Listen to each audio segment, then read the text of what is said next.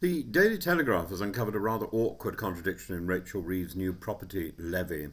The Chancellor has decided that any home worth £2 million will attract an additional annual surcharge, rising with inflation and aimed explicitly at those who own high-value properties. The pitch is moral and simple. The wealthiest should make a greater contribution to the nation's strained finances. Yet the policy contains one conspicuous exemption. Social housing, even if valued at more than £2 million, will not pay.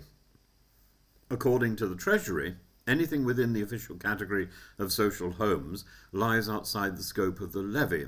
The Telegraph's own examination of sales data suggests that more than 110 such homes have changed ownership since 2021 at prices exceeding the new threshold. Most are in London. The City of London and Westminster alone account for 23, Hampstead and Highgate 15. This raises two problems. It seems a small issue. First, not all social homes remain social. Many were sold under the right to buy or similar routes and are now in private hands, while still technically listed in past records as social housing. The result is a grey zone where some owners of extremely valuable properties are spared a tax specifically designed to target them.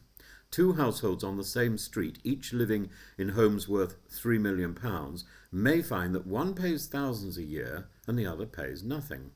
That undermines the principle of fairness that the Chancellor claims to defend. Second, if one accepts the promise of the levy, then we confront a more political question.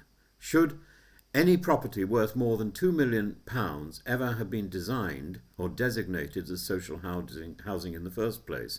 The Taxpayers' Alliance calls this people living in expensive properties on the taxpayer's dime. It is a predictable line, yet it lands because it captures a long-standing tension in housing policy. When council homes sit in prime central districts and those districts gentrify, their value rockets while the justification for subsidising them becomes harder to articulate.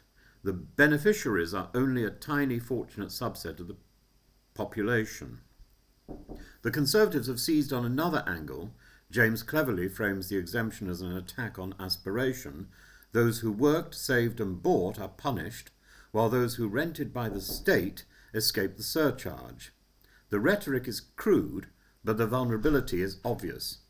Labour has created a cleanliness text for wealth, where wealth derived from public allocation is protected and wealth derived from private effort is taxed. Behind it lies the real driver, fiscal pressure. Welfare spending is set sharply higher than forecast, and Reeves has already burned through her headroom. She needs revenue from somewhere, and large London properties present tempting numbers on a Treasury spreadsheet. But if the guiding theme is that all households above £2 million should contribute more, then the policy collapses under its own caveat. To borrow from Orwell, all homes are valued equal, but some are valued more equal than others. A tax structured to appear tough on the wealthy risks appearing instead arbitrary. And an exemption designed to protect fairness ends by making the system feel less fair. In short, the policy is politically exposed not because it raises revenue, but because it raises questions.